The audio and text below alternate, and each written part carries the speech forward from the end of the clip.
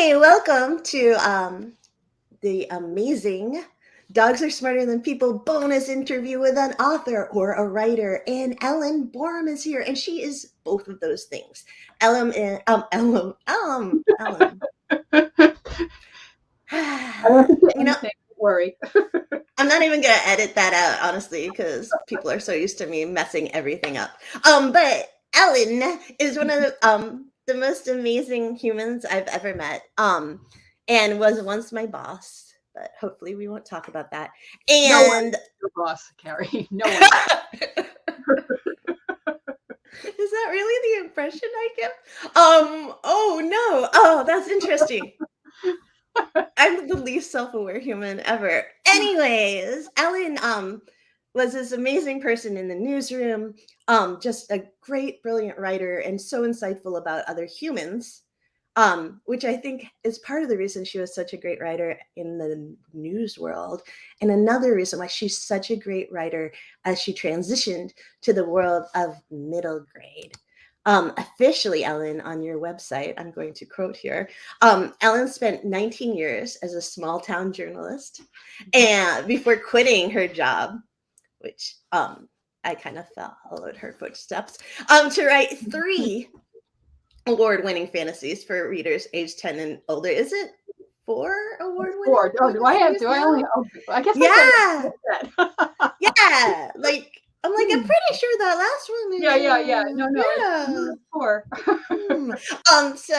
Those are the Unnameables, Small Persons with Wings, Texting the Underworld, and the book we're going to talk a tiny bit about today is River Magic, which came out in April of 2021. And Ellen not only writes books, but writing has taken over at least a part of her time and soul because she also does this amazing work volunteering for writing as a writing coach for students in is it Brooklyn at Yeah, the in Brooklyn. yeah in Brooklyn, Maine, which is her community. And she also started Word.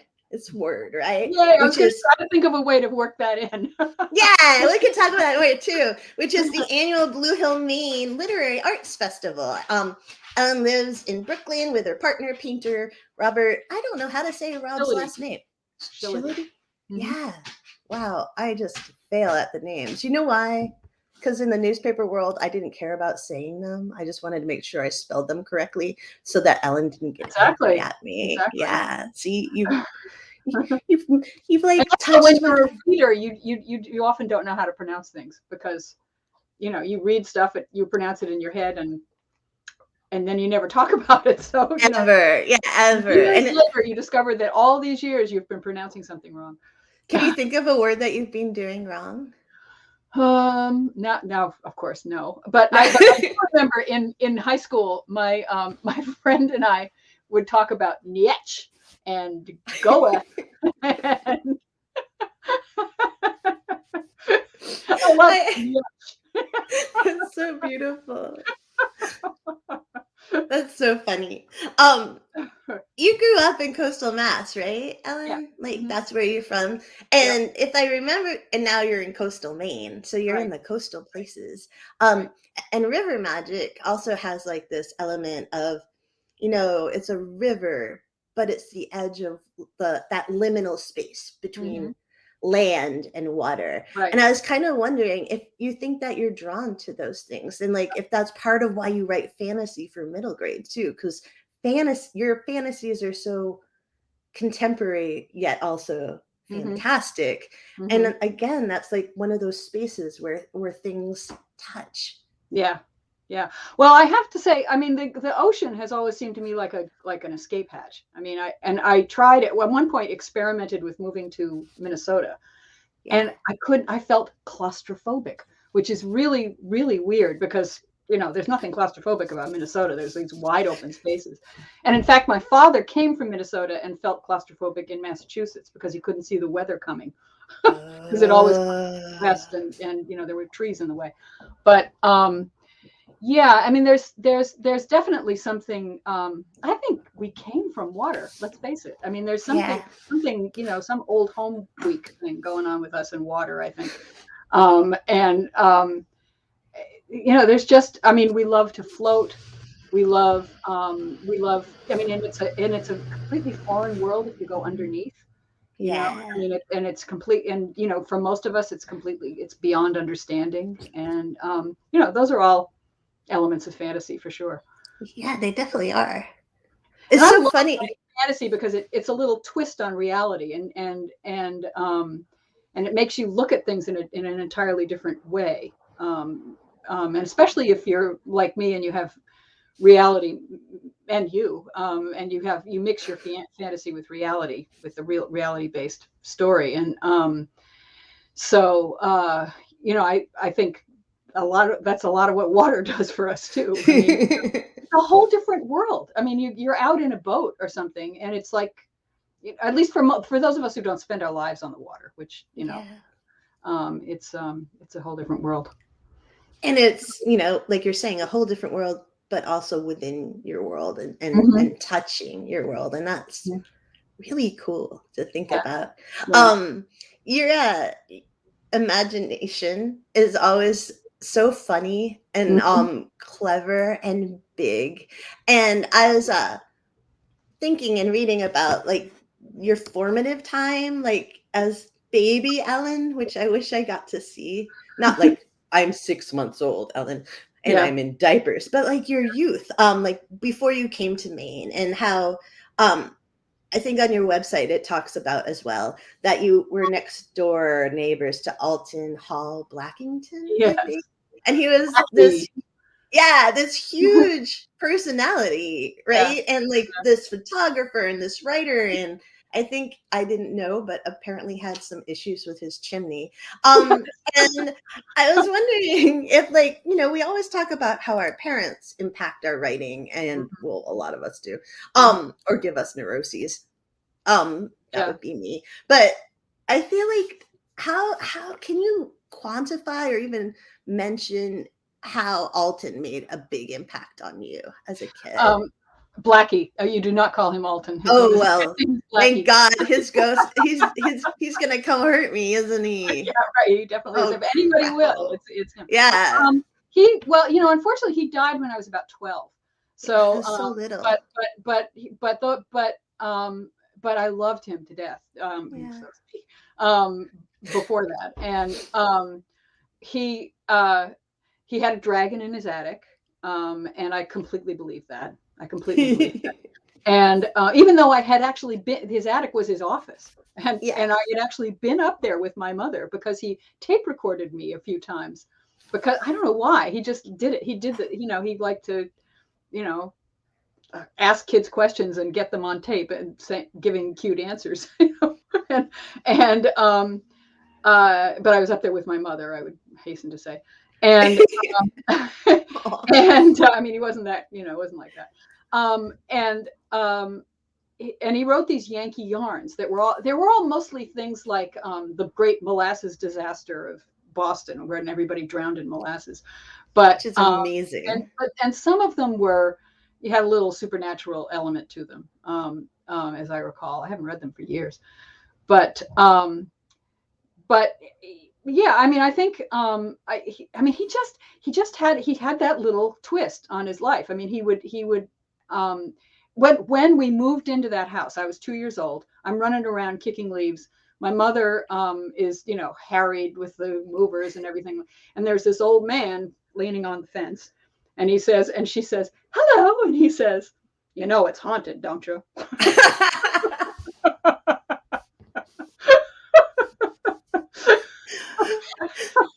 And so that was him. I mean, he just, you know, there was all, you know, and when I was a kid, he would just ask you these questions that just had a twist. You know, like, Yeah.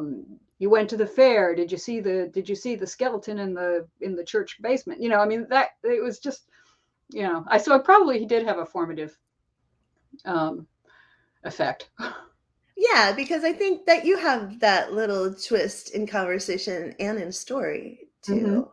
Like your brain goes to these cool places that not everybody else's brain might automatically go to, but then you're brave enough to say it. Which is always an extra. Like you don't find all that many people like that. I think there is, maybe one other person that we worked with at the paper who did that Hmm. sometimes. And it's always so refreshing and intriguing, and it lights up not just the room and the world that you're in, but also the page that you're on. And I think that's one of the reasons your books are so cool. Was it scary to leave the newspaper world and go into the world of fiction where Oh you God, don't have to, yeah. yeah, leaving Well, the world of planning board meetings and going into the yeah. world of I mean, magic? when I left the American, I had a month in which I was freelancing for the American because I was doing a series for them, and then after that I was set free. And the third day, I happily writing away for 3 days, and the third day, 2 days, and the third day I woke up and I sat down at my computer and I had no idea what to write. I drew a complete blank, and I thought, I've just completely upended my entire life. I'm 52 years old. I have quit my job to do this, and I can't do it. Oh my God! And Oh, that was terrifying. And well, you were wrong. well, and the thing, I don't know what made me do this, but I backed out of the document and opened a new document and started writing a journal in the voice of my main character. Oh, And that's been my fallback ever since, because within really? half an hour I knew, and all I was writing about was like what he had for breakfast, and what he was going to do that day, and that kind of stuff. And by the end of a half an hour I knew what what he was about, and so I knew where his story was going to go. And what my editor at who's now unfortunately left the business, my beloved Kathy Dawson, um, said to me once, anytime you're stuck, it's because you don't know your character well enough. And Uh, that's absolutely true, and that's what I've found out ever since. so for you, when you're stuck, and for a lot of us, it's a character stuck, and Mm-hmm. like the emotional through line of the story, or just Mm-hmm. something like you don't understand fully yet about their motivations or their Right. goals, or like the darkness that they're afraid of inside of them. Ooh, that's went Yeah. negative. But like Well, uh, we all have darkness inside of us. I mean, you have to you have to, in order to have the acknowledge good. that, and Yeah, it would be stupid not to. exactly. And so for you, like I think for a lot of writers, that's a really good tip, is to, when you're blocked, think about that. And for you, the way that you can deal with that and dive deeper and dig deeper into who your character is through that journaling, even if it's about their breakfast. Right. And the important thing is that it be stream of consciousness. I mean, you're not directing it in any way. And you're just, because Yeah. I always tell the kids at school that there's this locked room in the back of your head. There's a little guy in there typing away, and he knows the whole story, but he's behind a locked door. And so everything you do, all of the tricks that we use to get ourselves going are all about getting him to just open that door for a second and let something out. And so it's Uh, all just a way to kind of relax your brain and yeah. let what's already in there come out and come to the fore. That's very cool, actually. Um, wow. So there was this book by a psychic guy, like in the 1980s or 70s, that I was in love. Oh, it was the 80s, that I was in love with, and he always talked about the little guy in the Oh, back of your really? head. Yeah. And I never hear anybody else talking about that. But he was just like, there are file cabinets back there Exactly. storing Yeah, everything. yeah, I yeah. was, yeah, that's so cool. Is Yeah. that one of the biggest tips that you give the kids that you're working with? I think the biggest tip is be mean to your character. That's the one that seems to resonate with them. And after a while you have to end up having, by the time they get to, I work with middle school kids, so sometimes I'm starting, where am I? Yes, I'm just this year it's 6, 7, and 8, but sometimes it starts as early as fifth grade. And Yeah. by the time they reach eighth grade, they're doing horrible things to their character. And I'm like, okay, tone it down a little bit.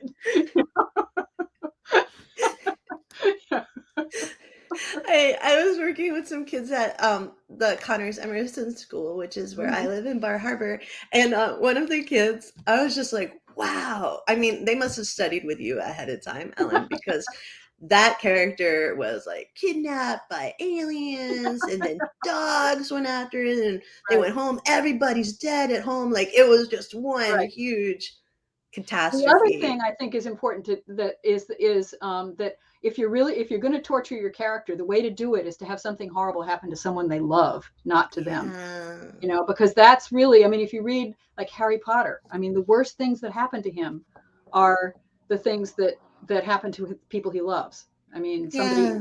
who even die in places, Oh yeah. and uh, and and having, you know, you never really see Harry. You know, it's not that often that Harry is actually physically tortured himself. You know, Right. it's always that something's happening to someone else that really gets under his skin. And that's what happens in your last book too. Like in I have it right here. Ooh, ooh. Oh, it's pretty for those of you who can see this and aren't just listening. Um, you make some terrible, terrible things happen even before the book has started. Mhm. For poor Donna. Mhm. And it's sad and mean, Ellen. You're I so know. mean. I know. But at the same time, it's brilliant writing. And I'm just gonna quickly embarrass you by saying Publishers Weekly said it has a dense emotional core, a resonant voice, and the themes of grief and shifting friendships and family enliven Booraem's contemporary fantasy, reminding readers that, quote, hope is everywhere. Mhm. Was that your theme? Was hope is everywhere part of like your intentional theme for her Probably, that story? probably ends up being the theme. Yeah, it wasn't really my.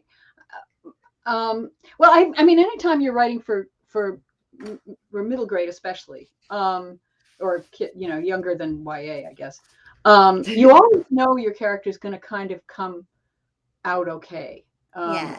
and will have and everything won't be solved. I mean, by any means. I mean, I actually make a point of not solving everything at the end of a book, um, but your character will have grown and Right. learned and will know more about him or herself. And um, I can't remember where this started. Oh, Oh, it's and based so yeah. anyway, River Magic was originally, because I always start with the first thing that comes to mind is always the supernatural character, and Oh, then interesting. I end up with a human character whose problems match, and then it becomes the human character's story. And so in this Oh case, wow. some kids at school had written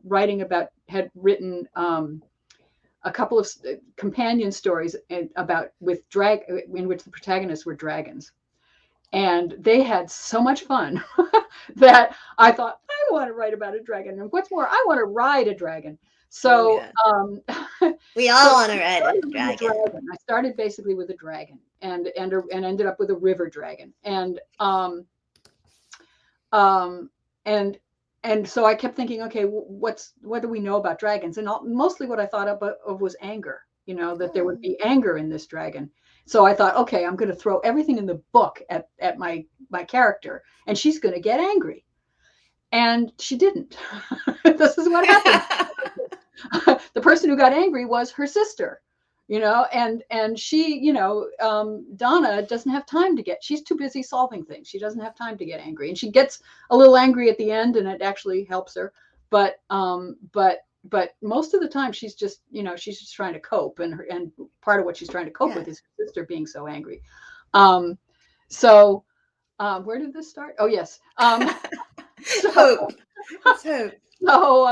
so, yeah, I guess I wanted Donna to end the book with hope. I guess I did. Yeah. Uh, and and yeah, and hope is everywhere is something that the drag that well, I better not say, but it's something that is said to Donna about halfway through the book. Yeah. And it lends itself really well to that without spoiling Hmm. things. Because of here, I'll do it without spoiling things, because of the genre. And Hmm. because that positive transformation arc um Hmm. is so cool and fits so perfectly with the genre. I Hmm. also wanted to say we all wanted to ride dragons, but also it seems like maybe I don't know if this happened before you worked for newspapers Hmm. or and it's just innate in you, but it seems like you're such an observational, is that even a Hmm. word, Hmm. person that you a lot of the times the people who are around you, um, make their way in little and bigger ways into your stories and your Mhm. work. Mhm. They kind do you think that is a thing that happens? Like, you get Oh, of inspired by course. those Yeah. kids all the time and Oh, yeah, yeah, yeah. Oh, absolutely. I mean, and one of the, I mean, then I discover what kids really want to read by what they write. yeah, So that, that's and that kind true. of gets embedded in my head at some point. Um, Oh, that's uh, sneaky. Although I have to say, judging from last year, what kids want is for the hero to die at the end. I have noticed that a lot too. I've noticed that so much. Sometimes it's because they can't think of any other conclusion, so they just kill everybody off. But my favorite was a kid who years ago he had this main character who was really bad. He was a bad person, and Yeah. throughout the story, you couldn't figure out who you were supposed to identify with because this guy was so bad, and he ended up throwing himself out of a skyscraper, and on his way down, he realized the error of his ways. Oh Not no. a hero. And I love that so much. I bet you did. That's awesome. And like it is in a weird way, kind of okay. Yeah, it's You just fine. gonna It was fine. It was a great story. I mean, he completely yeah. pulled it together at the end. And It it was and it makes me think of like your story too, not the flinging off the yeah. building, but like how you just kind of were like, I'm gonna do this. I'm gonna leave this newspaper world behind and Mhm. go and confront the world of fiction It and was a rebuild moment of myself. madness. It was madness. It was midlife crisis to the nth degree. And I woke up the morning after I my last day at the paper and thought, what have I done? And that actually happened. I mean, that happened when we moved to Maine. I mean, back in 1984. I remember we worked really hard. It took years to find the right place and get here and make it possible. And I woke up the first morning and looked out the window, and there are these marching fir trees. And I thought, oh my God, what have I done? like and and within a year, I was griping because we could see another house. So, oh, I so I can't. mean, I adapted, but every time there's one of these big major changes in my life, I start by saying, oh no, what have I done? You do. You take big leaps, Ellen. You Yeah, I take know. big leaps, and I think that's pretty inspiring for the rest of us. I can't remember if I took my big leap after you and quit the newspaper world or not. I think it was I think after. you I were think you before me. I think you were before me. I think I was still working at the American, wasn't I, when you went to grad Vermont? school. Yeah, I don't remember. I I don't know that you thought about it in 2003 when you took the Cindy Thayer fiction right, workshop, right? right, But right. you didn't do it in No, 2003. I didn't. Oh yeah, I did. I quit my job in 2003. Oh, then you were before me. But then I didn't get published in 2000. I mean, my book came out in 2008. Yeah. So it took me 5 years to get. It's very interesting because when I quit my job, I said, okay, you have. I hadn't written a word of the novel at that point. I mean, not Yeah. a word. And well, I had. I mean, I had a version of it in a drawer from 20 years before, but it was That's horrible. I amazing. had to start all over. Um, and and so it took me until it got I basically said I put aside a chunk of money and I said, okay, I'm either going to use up this money or 5 years, and once this money is gone or it's been 5 years, I have to go back and find a job. And my book came out 5 years to the day after That's I quit my amazing. job. So That's amazing. I gave myself, I think to the end of graduate school plus 6 months is what I mhm, said. I was like, nope, I can't do this forever. I yeah. have to either like I can't because money, etc. And I So have what to year either did you do it. go? What year did you go to Vermont? I think I To went to Vermont in 2005. Oh, okay. So it was well after I left the American then. Okay. Yeah. So I So I don't know think, but I'm what were you doing terrible in at dates. 2003? Were What? you what were you doing in 2003? I was in charge of the weekly, the Okay, so Ellsworth you were still Weekly. going. Okay. All right. I think. But I'm really terrible. I'm terrible, terrible, terrible with years. Like, Yeah, I'm so yeah. bad. Oh, so I I guess don't I did go first. maybe Yeah, we could just pretend we went at the same time right, right. because I'm really not sure. Yeah, Yeah. And I'm only figuring out when I went to Vermont, judging by when my first book came out. So it's all yeah, tangled. Yeah. Might have been 2004. Anyways, no one cares. No one yes. cares about that except me. Um, Before we go, I want to ask you a couple more things that I think are important and interesting and maybe be helpful for other people too. Mhm. Um, what is like the bravest thing you think you do as a writer?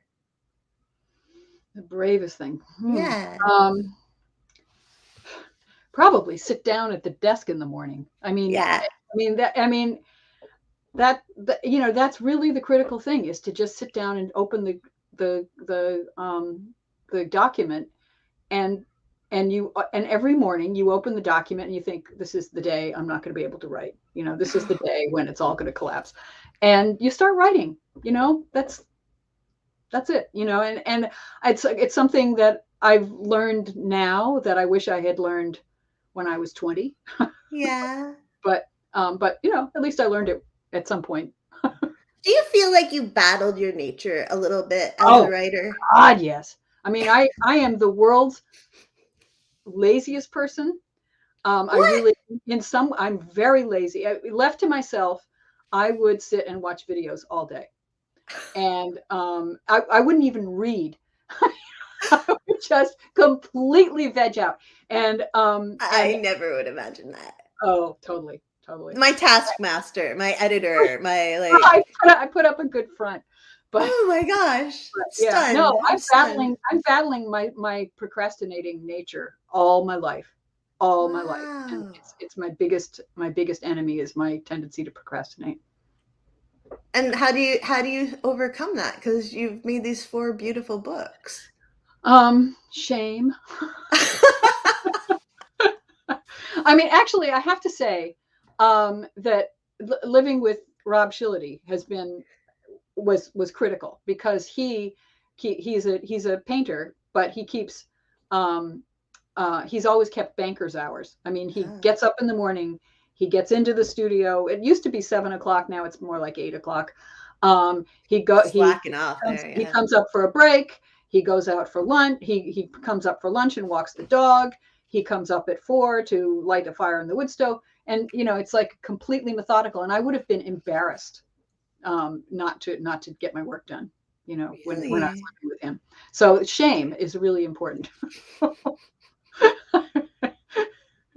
So we all need a good chunk of shame in our Yeah, life. shame and guilt, you know, those good emotions. Yeah. Is it hard having two creative people in the house, or do you think you feed off of each No, other? I don't know what it would be like if we were both writers or both painters, but the writing and the painting work really. I mean, we both have um we neither one of us knows a lot about technically about the other's craft, and Yeah. so we're very good um sounding boards, you know. I mean, I'm the one who says, you know, I'm not talking about composition or any of that stuff. I'm the one who says that hand looks funny. And he's the one who says, um, this this doesn't I can't remember who this person is. Maybe you should tell me, maybe you should remind me who this person is by this page. Oh, You know, that's a that kind big of thing. one. So yeah, And no, it works really well. you've surrounded yourself with a community of writers. Like Word is kind of a part of that I too. was Before we just leave, trying to figure out how I was going to get the conversation back to Word. psychically linked there, Alan. Word, So yeah. which is online this year, October 21st through 24th. Ooh, It's the website is wordfestival.org. cool. And if you go there, you find out all about the wonderful things that are going to be online for Word. And they include author talks. We have Susan Choi and Bob Keys, who wrote about Robert, Indiana, which is a very popular subject around here. We have poets. We have 4 workshops: poetry, memoir, fiction, and flash fiction, Cool. and a panel of cookbook writer of food writers. So it's a very much smaller. We only decided to go online about a couple of weeks ago. And so Oh, everything we're rushing. It's very frustrating because we had the whole thing planned in March. and yeah. and all then just the past 3 weeks we've been running around, reorganizing it, changing the timing, making sure everybody's okay with being online, Oh, making sure yeah. things don't overlap because we didn't feel like people wanted to be on Zoom all of their lives. Oh, So come on, you know we do. yeah, It's all right. about the Zoom. What was the founding, like, what compelled you all? Because you were one of the founding members to start Word. It was all because of Sarah Pebworth, Oh, really? who is an innkeeper and had just sold her inn, and she's also our state rep, um, Yeah. from the Blue Hill area.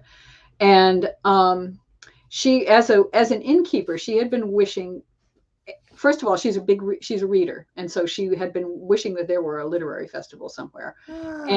and also and she's a writer. She's reader and writer, and but as an innkeeper, she had been wishing there could be more of a shoulder season in Blue Hill. Uh, So that was part of what we were thinking about when we first started. That's why it's at the end of October, because we're trying to stretch things out, because there's a food and wine festival and there's a poetry festival in Belfast. And so we thought, we'll just stretch it one more week. And we always try to have something that gets people out into the community. This year it's we have poetry postcards in businesses so that people can write a poem on the back of there's prompts, and you write a poem on the aw, back of the postcard and either mail it or drop it at Blue Hill Books. Um, that's so amazing. just a way to get people out into businesses in Blue Hill. Oh, Well, the that's Blue so Hill area. cool. It's going to be Hancock. So there'll be some in Bar Harbor, I think, Oh, yay. and Hancock County, and probably as far afield as Belfast. That's really, really cool. Yeah. Ellen, thank you so much for being here. And Oh, thank before you you for having go, me. do you want to pitch anything else other than Word? And I'll have a link to that site in your own website, Oh, good. Oh, um that's in the wonderful. podcast Yeah, notes and everywhere this shows up. So, yeah. but is there something specifically you'd like to pitch or tell us about? Do you have a new project secretly on your Well, computer? I'm writing a book about the son of a Valkyrie, but that's not going to hit the that's not going to hit the stands for quite a while. So no, Word is the important thing. Word is the That's most important. amazing. Yeah. Word is the important Yes, thing. right And now, Ellen, it's word, word, word all the time. aw, and then you'll miss it in November. Yeah, no, I won't. Do you miss the newspaper world? Do you ever miss being a Yes, I reporter? do. Don't you? All the time. Yeah, I mean, Yeah. there's the camaraderie, and I mean, a newsroom. It takes a long time to get used to working in a newsroom, and it takes a long time to get it out of your blood. I mean, yeah, I do. I definitely miss it. Yeah, I miss that camaraderie and I miss learning, like being forced to Hmm. learn about things Hmm. I never would want to learn, Hmm. like land use ordinances or Right. shoreback regulations. No offense to them, but like just these things that I never would have delved into if I hadn't been forced to via Yeah, having to write a and story. and it definitely uses a different part of your brain that I'm not using.